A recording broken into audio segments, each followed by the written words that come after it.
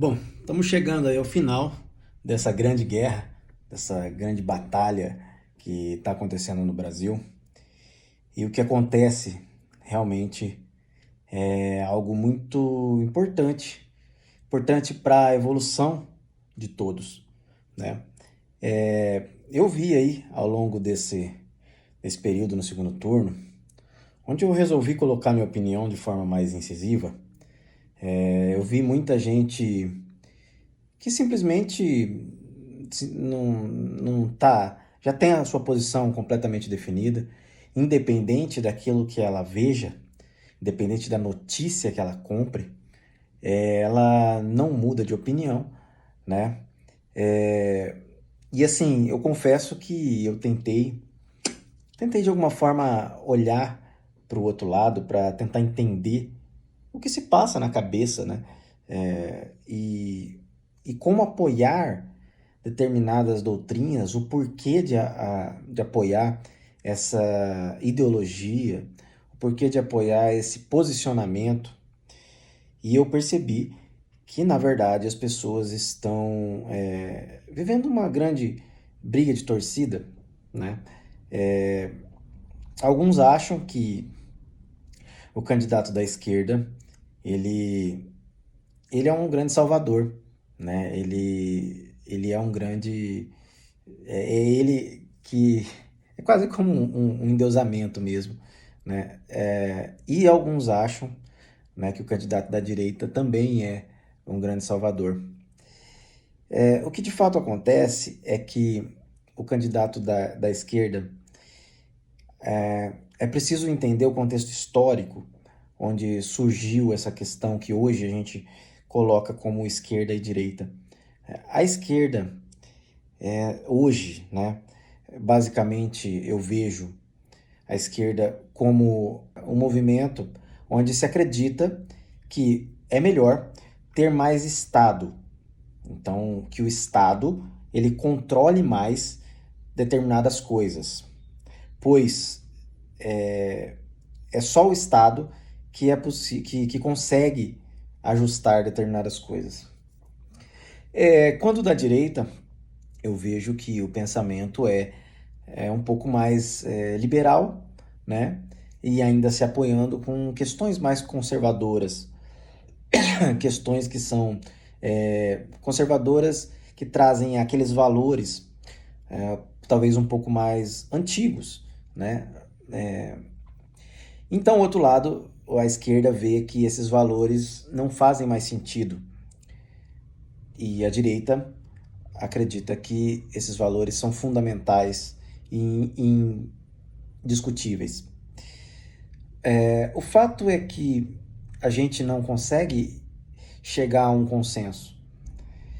E a gente nunca vai conseguir chegar a algum consenso.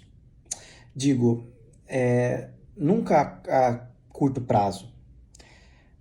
Então o que acontece é que essa polaridade, essa discussão dos dois lados, ela realmente precisa acontecer para que surja algo novo. Porém, os ícones escolhidos para que isso aconteça também não poderia deixar de ser tão divergentes, né? A gente tem, de um lado, alguém que já se envolveu com N escândalos, alguém que traz, desde o passado histórico dele, uma ideologia, né?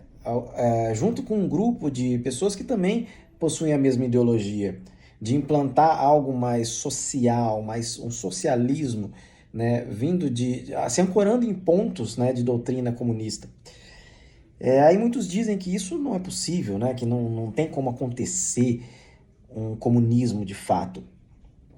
Mas se esquecem de que essa coisa vem sendo entranhada na sociedade já tem algum tempo. Esse entranhamento ele vem transformando a forma com que as pessoas pensam, a forma com que as pessoas enxergam as coisas, que é uma quebra justamente do conservadorismo, justamente de valores que tornam a gente mais unidos. Porque a base de tudo, a base da vida é a família. E quando você passa a transformar esses valores em algo diferente, realmente se tem uma ruptura e aí começa a segregação de grupos. Então veja que essa segregação ela faz com que a gente tenha muita dificuldade de unidade, né? De enxergar o outro como um irmão. Então, parece que a gente quer coisas completamente diferentes. E quando na verdade não é, né? Eu acho que as pessoas mais honestas, as pessoas mais inteligentes, de todos os lados, elas querem a mesma coisa no final das contas. Mas enxergam estratégias, enxergam caminhos diferentes para chegar nesse objetivo. E é aí que vem a divergência. Então, eu já coloquei aqui, minha rede está inundada de pensamento apoiando o atual governo, porque eu realmente acredito que a gente precisa equilibrar a balança. Toda essa ideia socialista que foi implantada ao longo de muitos anos, ela já está entranhada e causando essa polaridade absurda, tá? É ela que causou, não é o contrário. Porque o movimento conservador, né, o movimento da direita hoje, ele vem basicamente defendendo aquilo que estava lá no passado. Então, é óbvio que a gente precisa corrigir muitas coisas. Mas tem um ponto fundamental em que eu apoio, em que eu ancoro a minha defesa à direita hoje, que é acreditar na capacidade do ser humano de evoluir sozinho. Tirando aquele que está na linha da miséria e na linha da fome, esse precisa ser assistido, independente. A fome não pode existir. E nós temos um país que produz comida suficiente para isso. Então é incabível discutir que em 16 anos não se resolveu isso, em 20 anos, em 100 anos não se resolveu isso, tá? Então esse é o primeiro ponto. Resolveu a fome, nós precisamos partir para outro aspecto, que é fazer com que as pessoas consigam evoluir por si só. Não vai ser o governo, não vai ser equalizando forças, porque isso não vai ser possível. Nunca a gente vai ter uma equalização real.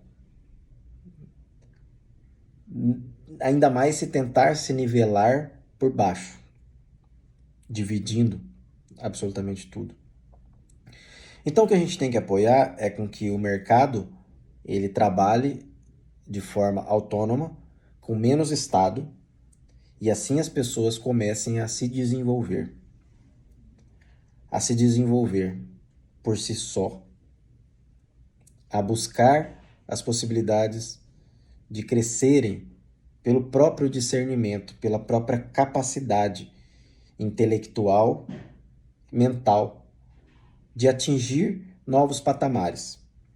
Todos nós podemos, todos nós. Eu falo com propriedade, tá? Pela história do meu pai, que é muito conservador, mais até do que eu, e que saiu do absoluto nada, vendendo laranja na rua, e hoje está num nível aceitável, num nível de sucesso. Então, não existiu privilégio, existiu esforço, superação, por capacidade intelectual, por capacidade de pensar por si só. E pelas possibilidades que a vida colocou, ele aproveitou e superou. Então, meus amigos, esse é o pensamento, eu acho que de grande parte da direita. A gente não vai, o governo, pessoas inescrupulosas, principalmente, não vão ser a solução para o nosso país. Mas as ideias de que a gente possa pensar por si só e crescer sozinho, essas sim vão ser as ideias em que a gente vai evoluir, onde a gente vai para frente. Então, chegando à reta final, eu espero que todos possam começar a tentar deixar de lado essa briga por fatos que a gente não vai chegar em lugar nenhum, né? Provar se o cara realmente tem provas contra ele ou não, atestar o caráter de alguém que a gente não conhece. Nada disso vai funcionar.